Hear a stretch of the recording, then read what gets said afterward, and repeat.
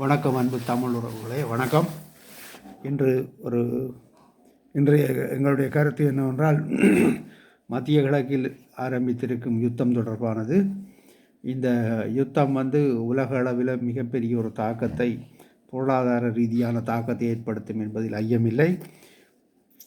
இங்கே நாங்கள் குறிப்பிட்டு சொல்ல விரும்புவது என்னவென்றால், இந்த பொருளாதார தாக்கம் என்பது உலகளவில் ஏற்படும் போது ஒவ்வொரு நாடுகளும் தற்சார்பு பொருளாதாரத்தில் தங்களை நிலைநிறுத்தி கொண்டிருந்தால் அந்த நாடுகள் மட்டும் தப்பி பிழைக்கும்.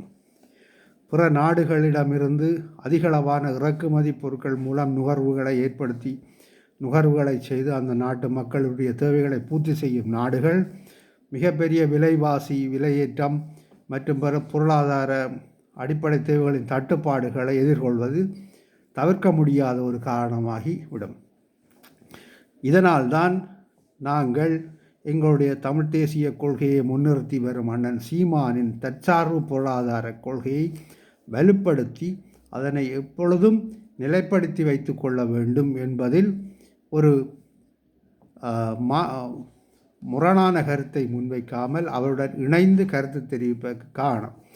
இது அதிகமானவர்கள் உணர்ந்து கொள்வதற்கு உரிய சந்தர்ப்பங்கள் இல்லை. ஏனென்றால் உலகளாவிய பொருளாதார மயமாக்கல் உலகமயமாக்கல் என்ற திட்டத்தின் மூலம் தங்கள் நாடுகளில் உற்பத்தி செய்யும் உற்பத்தி பொருட்களை மற்ற நாடுகளுக்கு விற்பனை செய்து லாபம் அடைந்து வரும் அந்த நாடுகள் வளமாக இருந்து கொண்டிருக்கிறது. எங்கள் நாடுகளில் உற்பத்தி செய்யக்கூடிய வளங்கள் இருந்தாலும் அதனை உற்பத்தி செய்ய விடாமல் தடுத்து தங்களுடைய நாடுகளில் உள்ள உற்பத்தி பொருட்களை எங்களுடைய நாடுகளில் கொண்டு வந்து விற்பனை செய்து அதன் மூலம் லாபம் அடையும் நாடுகள் வளமாகவே இருந்து கொள்ளும். இப்போது யுத்தம் ஒன்று உலகளாவிய ரீதியில் ஏற்பட்டுவிட்டால் உள்நாட்டு உற்பத்திகளை உடனடியாக மேற்கொண்டு அதனை மக்களின் தேவைகளை பூர்த்தி செய்யும் அளவிற்கு விநியோகிக்க முடியாது. அதனால்தான் ஒரு சிறந்த அரசு என்றால் எப்பொழுதும் உள்நாட்டு உற்பத்திகளுக்கு மிக அதிக முக்கியத்துவம் கொடுத்து அதனை வலுவாக செழுமைப்படுத்தி வைத்துக் கொள்வதில் அக்கறை கொள்ளும். இதற்கு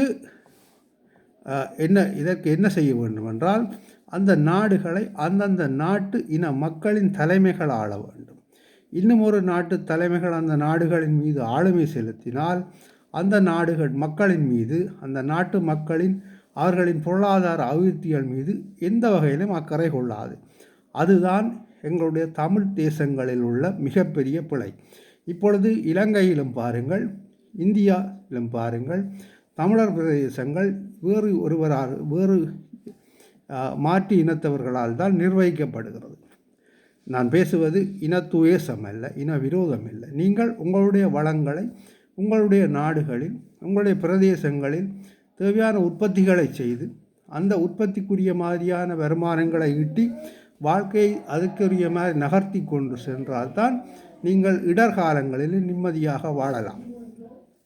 இந்த விடயங்களை நாங்கள் சொல்லும்போது இனத்துவேசம் பேசுகிறார்கள்,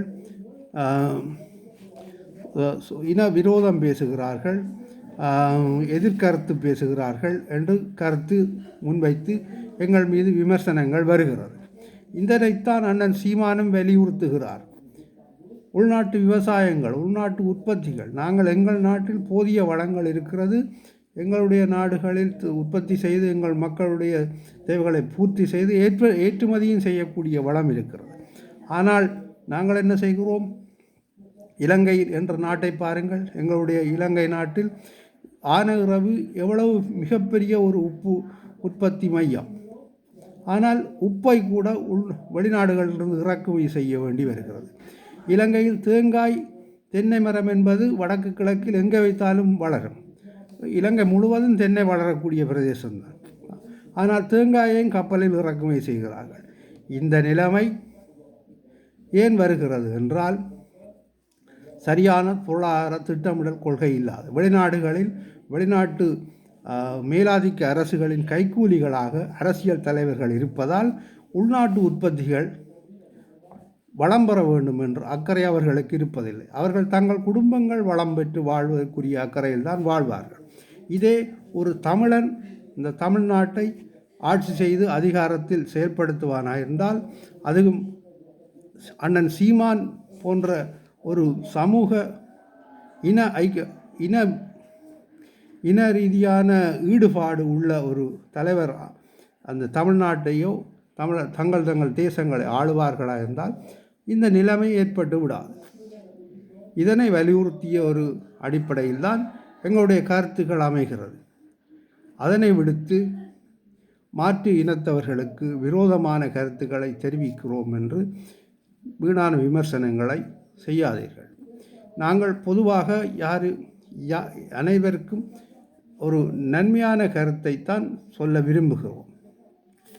போலியான அரசியல் தலைவர்களை நம்பி வீணான வாழ்க்கை முறைகளை தேடாமல் ஒரு மக்கள் நலன் சார்ந்த அரசியலை முன்னெடுக்கும் அண்ணன் சீமானுக்கும் நாம் தமிழர் கட்சிக்கும் ஆதரவளியுங்கள், விழிப்புணர்வடையுங்கள். மக்களே, உங்களுடைய விழிப்புணர்ச்சி தான் உங்கள் வாழ்க்கையை மேம்படுத்தும் என்று கூறி இந்த ஈரான் யுத்தமானது இது நீடிக்குமாக இருந்தால் இந்தியா, இலங்கை உட்பட மிக வளர்ந்து வரும் நாடுகள் மிகப்பெரிய பாதிப்புகளை ஏற்கொள்ளும். வறுமைகள் தலை விரித்தாடும். பஞ்சங்கள் வரக்கூடிய சந்தர்ப்பங்கள் இந்த நேரங்களில் தான் உள்நாட்டு உற்பத்திகள் தேவை என்ற ஒரு உணர்வு மக்களுக்கு விளங்கும். அதனால் அண்ணன் சீமானின் கரங்களை பலப்படுத்துங்கள், அவருக்கு வாக்களியுங்கள். அவர் முதல்வர் ஆசனத்தில் வந்து முதல்வர் பதவி எடுத்த உடனே அடுத்த நாளே எல்லாத்தையும் மாற்றி விடுவார் என்று போலி வாக்குறுதி வழங்கவில்லை. உங்களுக்கு ஒரு 10 வருடத்துக்குரிய திட்டங்களை அவர் வைத்திருக்கிறார். அந்த 10 வருடத்திற்குள் 10 வருடம் வரை தாமதிக்க தேவையில்லை. சமூக ஒழுங்குகளை ஒரு மாதத்திலேயே மாற்றி விடுவார். பொருளாதார ஒழுங்குகளுக்கு ஒரு வருடத்திற்கு திட்டங்கள் நிறைவேற்றப்பட்டுவிடும். அடுத்த 10 வருடத்தில் நீங்கள் உங்கள் 5-10 வருடங்களில் உங்கள் வளர்ச்சியை, உங்களுடைய வாழ்க்கை மாற்றங்களை நீங்கள் அவதானிக்கலாம். எப்பொழுதும் அண்ணன் சீமானின் கரங்களை பலப்படுத்துங்கள். நன்றி, வணக்கம்.